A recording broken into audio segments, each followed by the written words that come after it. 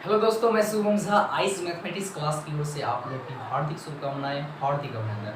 आज हम आप लोग को बताने वाले हैं कि बेस थ्योरम क्या है। ये प्रोबेबिलिटी का आपका 13.3 का जब आप क्वेश्चन आंसर कीजिएगा तो वहाँ पे बेस थ्योरम लागू होता है। तो यही आपको बताने वाले हैं कि बेस थ्योरम क्या होता है। देखिए, बेस थ्योरम कुछ नहीं है। बेस थ्योरम से पहले है टॉपिक में बेस थ्योरम से एक स्टेप आगे, लेकिन आपको बेस थ्योरम से पहले ये थ्योरम ऑफ टोटल प्रोबेबिलिटी का जानकारी होना आपको बहुत ही नेसेसरी है। चलिए स्टार्ट करते हैं, देख लेते हैं। पहले लॉ ऑफ टोटल प्रोबेबिलिटी देखेंगे, उसके बाद बेस थ्योरम देखेंगे। चलिए लिखते हैं लॉ ऑफ टोटल प्रोबेबिलिटी। और जो भी बच्चे देख रहे हैं वो एक सीक्वेंस में देखिएगा, जिससे बातें अच्छे से समझ में आएगा। तो लॉ ऑफ टोटल प्रोबेबिलिटी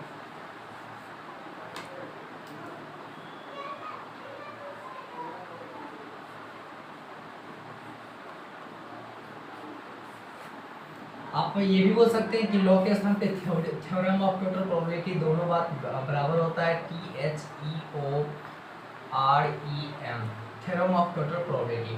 अब देखिए, ये लॉ ऑफ टोटल प्रोबेबिलिटी या थ्योरम ऑफ टोटल प्रोबेबिलिटी होता क्या है, तो मैं दोनों को चर्चा कर देता हूँ। यहाँ पे लॉ भी लिख लीजिए, क्योंकि बात कभी कभी एनसीईआरटी से आगे चलिएगा तो लॉ भी लिखा रहता है। लॉ ऑफ टोटल प्रोबेबिलिटी या थ्योरम ऑफ टोटल प्रोबेबिलिटी। चलिए इसकी चर्चा करते हैं।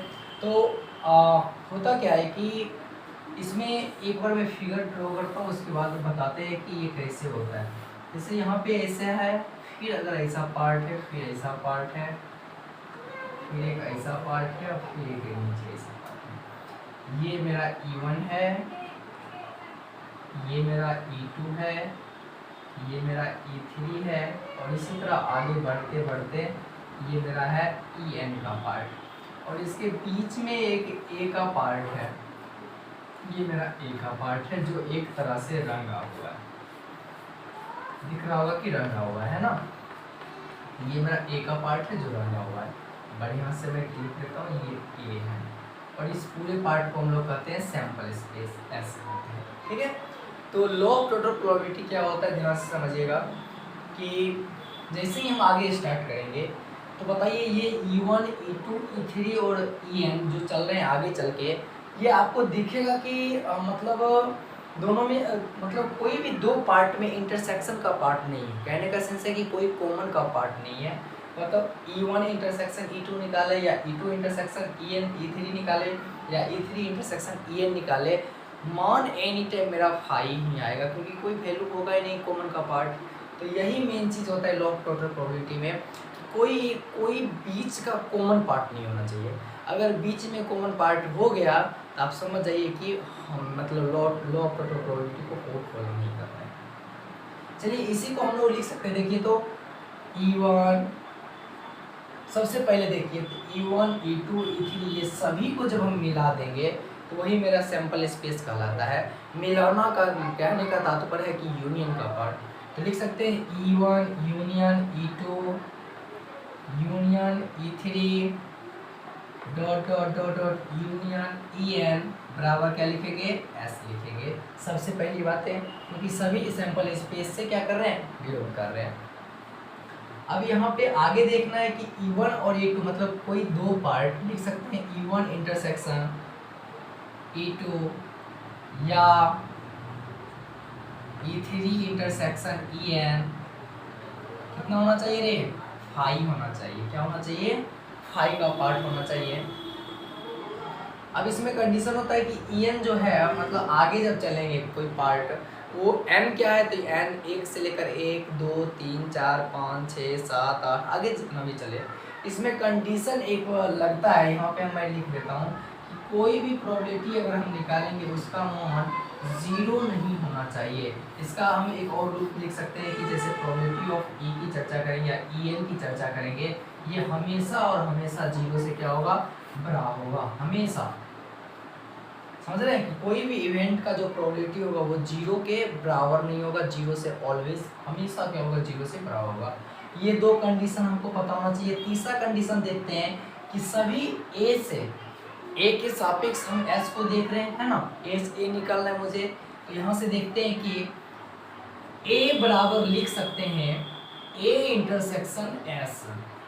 तो मतलब इंटरसेक्शन, ये एस का कहने का तात्पर्य है कि एस कोई फुल सैंपल स्पेस है, उसके अंदर में अगर ई है तो इस दोनों का जो इंटरसेक्शन होगा वो ए के बराबर होगा। कैसे?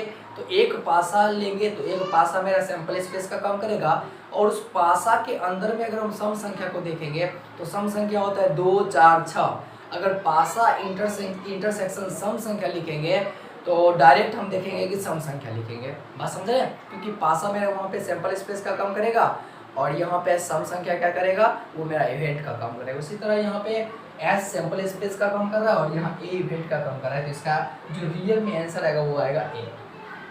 अब दोनों में देखते हैं कि यहाँ पे अगर हम ए लिखें तो ए बराबर लिख सकते हैं ए इंटरसेक्शन एस के स्थान पे क्या लिख सकते हैं, तो ये पूरे पार्ट लिखेंगे क्या, तो E1 union E2 union E3 dot dot dot dot union EN लिख लेंगे। फिर आगे चलेंगे तो ए बराबर लिख सकते हैं, अब देखिए सभी में यूनियन है, इंटरसेक्शन का पार्ट है, तो सभी को एक साथ अगर लिखने की कोशिश करेंगे तो क्या लिखेंगे, देखो तो लिख सकते हैं A intersection E1 union A intersection E2 union A intersection E3 union dot dot dot dot A intersection EN, है ना, ये ए इंटरसेक्शन EN हो गया। अब दोनों तरफ हम क्या करते हैं कि प्रोबेबिलिटी लगाएंगे, तो दोनों तरफ प्रोबेबिलिटी लगाते हैं तो लिखेंगे PA बराबर सब में हो जाएगा। अब PA लगाएंगे तो यूनियन का पार्ट है, जैसे ही प्रोबेबिलिटी लगाएंगे तो सब जोड़ में टूट जाएगा, तो हम लिखेंगे PA intersection E1 plus P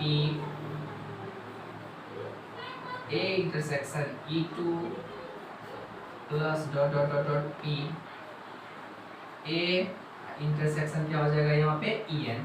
अब क्या करेंगे, यहाँ मल्टीप्लिकेशन लॉ लगाएंगे कि जैसे ऐसे है तो इसको हम लिख सकते हैं PE1 गुने PA बाय E1। तो कहाँ से आता है, तो हम लोग जानते हैं PA बाय E को लिख सकते हैं PA intersection E by PE, है ना। तो यही ना मुझे ज्ञात करना था, ये ज्ञात करने के लिए इसको इधर लाना पड़ेगा, बस वही यहाँ पे लिख रहे हैं, सॉरी यहाँ PA, तो यहाँ पे PA जैसे ही ज्ञात करेंगे तो PA बराबर हो जाएगा PE1 गुने PA bye E1 plus PE2 गुने PA by E2 plus dot dot dot dot कितना हो जाएगा PEN गुने PA बाय EN, ये मेरा पार्ट हो जाएगा। देखो एक सीरीज में दिख रहा है 1 2 3 4 डॉट डॉट डॉट n तक चला है, तो हम लिख सकते हैं यहाँ से जैसे ही हम PA की बात करेंगे तो PA मेरा आ जाएगा ये वाला फॉर्म, और यहाँ n मतलब 1 से लेकर n तक चल रहे हैं, और यहाँ पे लिखेंगे PEN गुने PA बाय EN, और यही मेरा कहलाता है क्या, तो यही मेरा कहलाता है लॉ ऑफ टोटल प्रोबेबिलिटी या थ्योरम ऑफ टोटल प्रोबेबिलिटी लिख सकते हैं। This is